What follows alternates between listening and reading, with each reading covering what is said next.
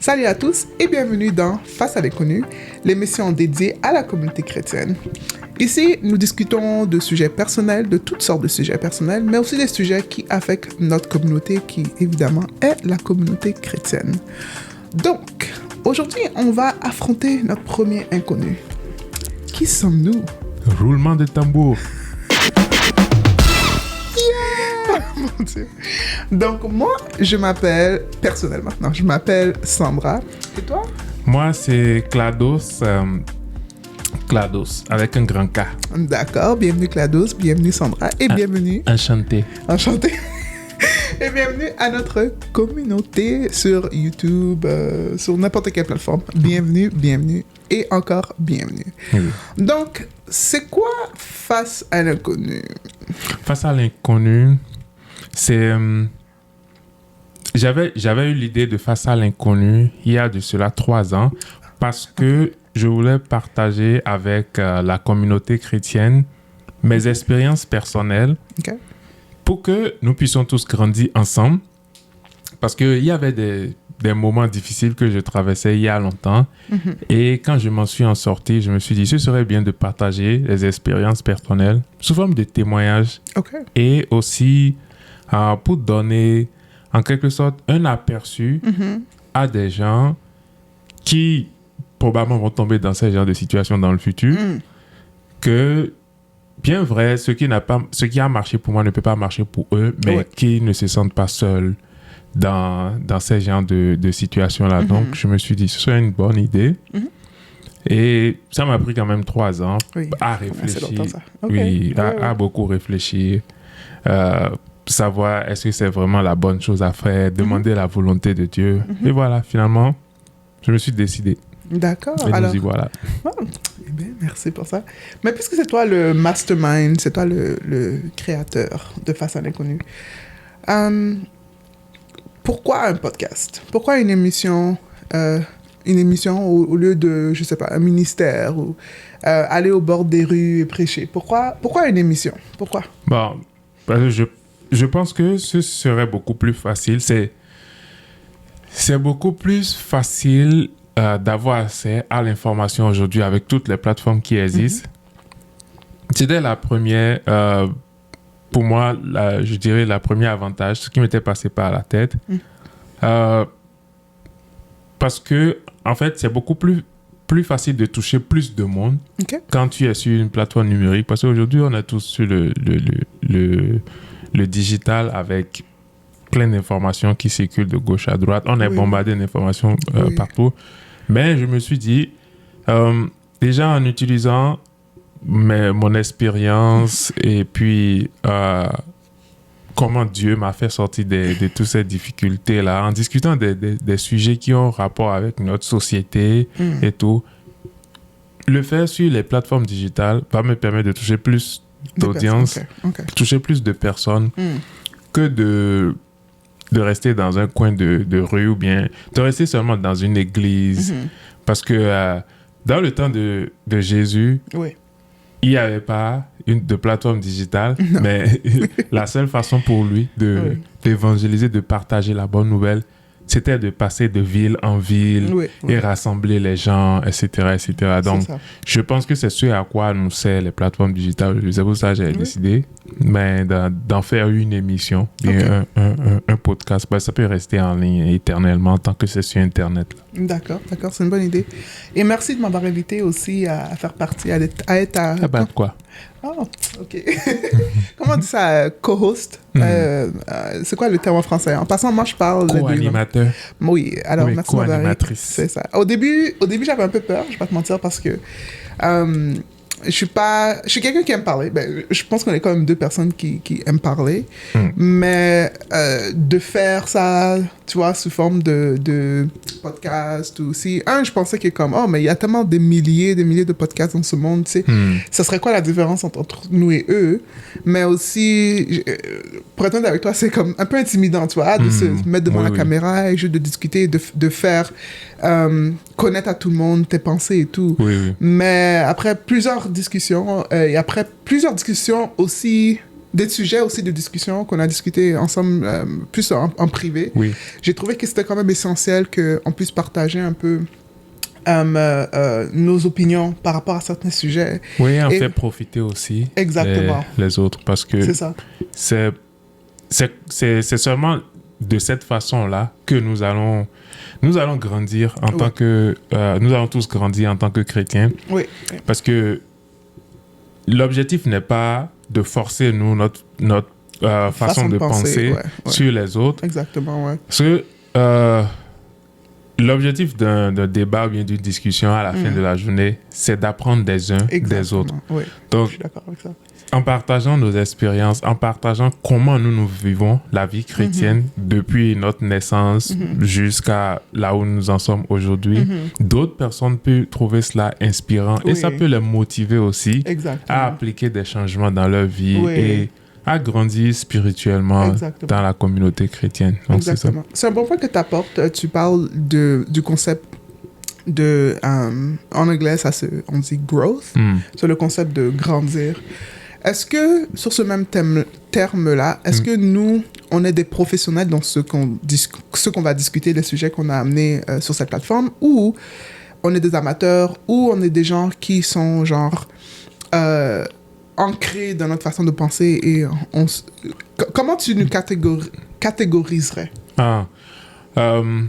Oui, c'est une bonne question, mais chaque chrétien vit la vie chrétienne à sa façon. Et moi, j'encouragerais tout le monde à faire partager leur expérience avec le monde entier. En tout cas, ça commence toujours chez soi, à la maison, dans sa famille et tout. Donc, il n'y a pas de je suis professionnel dans la vie chrétienne ou bien je suis amateur quand il s'agit de Christ, ni quoi que ce soit. La preuve, on apprend chaque jour. Exactement. Quand tu lis la Bible, tu as différentes explications chaque jour en fonction des circonstances et des, je peux dire, de la situation dans laquelle tu te trouves. Ce qui fait que moi, je vais encourager les gens à ne pas prendre avec un grain de sel tout ce que tous les sujets qu'on va aborder. Parce que, encore une fois, je pense qu'en 1 heure, on peut parler de plein de choses. Mais certaines personnes peuvent en tirer quelque chose d'unique, pendant que d'autres personnes peuvent en tirer 2 choses qui vont être uniques à, comment on appelle, de leur point de vue. Ce qui fait que on est juste là pour discuter. Exactement. Et puis, c'est ça. C'est ça, non, tu as bien dit ça. Parce que je trouve que, surtout avec les réseaux sociaux, et les médias, les gens sont tellement...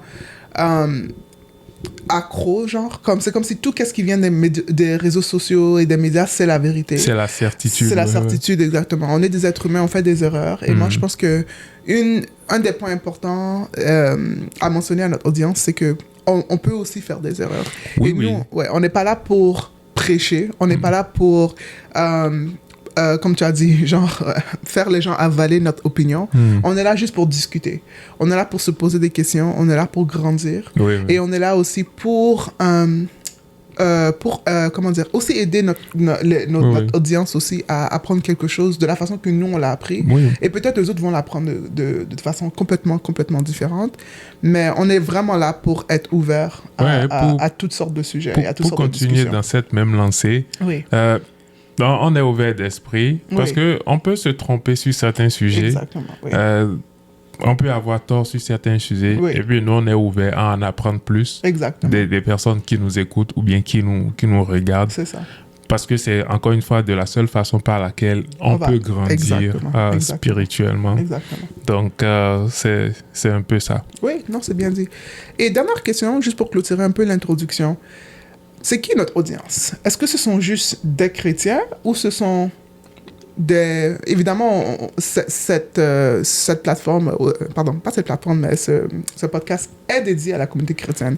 Mais est-ce qu'elle est juste dédiée à la communauté chrétienne? Pour répondre à ta question, moi je dirais que quand Jésus était sur terre, il n'avait pas dit exclusivité seulement juif. exclusivité juif caucasien, exclusivité juif de teint noir, exclusivité tout le reste, vous êtes exclus, vous pourrez rester chez vous, etc. C'est ça. Non. Donc, à partir du moment où, peu importe que la personne soit chrétienne, je sais pas, musulman, bouddhiste, etc., etc., à partir du moment où la personne en tire quelque chose qui lui sert, ou bien à partir du moment où dans les sujets de discussion, la personne arrive à trouver quelque chose qui apporte un plus-value à sa vie. C'est ça, Bon, nous, on sera contents. Donc, c'est l'essentiel, ça. Qu'est-ce qu'on peut apporter de plus à la vie de ceux qui nous écoutent et ceux qui nous regardent. Exactement. Donc, il n'y a pas forcément une audience dit c'est uniquement pour les chrétiens, les autres. Si vous ne vous sentez pas inclus, etc., etc. Non, c'est pas vraiment ça.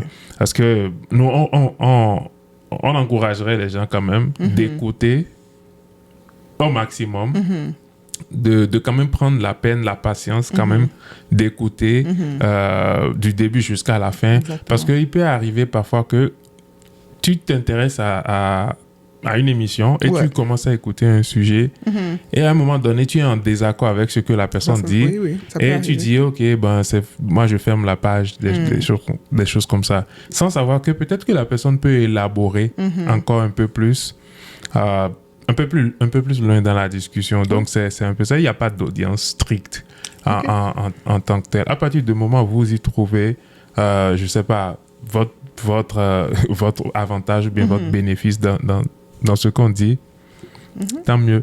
D'accord. Merci pour ça. Alors, comme vous l'avez entendu, de la bouche même du fondateur, Face à l'inconnu est une émission ouverte à tous. Donc, nous... comment dire ça? Nous... je sais pas comment dire ça, comme on veut qu'ils participent. Nous recommandons votre participation. Oui. Que ça soit à travers les commentaires, à travers les likes et tout. Si vous avez des questions, si vous avez même des sujets que vous voulez qu'on aborde, en discute, s'il vous plaît, discutez avec nous. Évidemment, c'est pas une discussion entre nous deux, c'est une discussion entre nous deux et aussi entre nous deux et vous. C'est ça. Donc, vous invitez à faire de même. C'est ça. Et aussi, nous recommandons vivement à nous donner des retours, des avis, des feedbacks, comme on le dit, à nous améliorer éventuellement, puisque c'est le début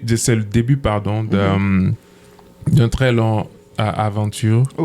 Et puis, on ne sait pas où est-ce que ça va nous amener. On ne sait pas quelles sont les vies qui seront affectées. Donc, nous, on est ouvert à vos opinions, à comment on peut s'améliorer, les sujets que vous voudrez qu'on en discute éventuellement. Donc, ça nous fera beaucoup plaisir.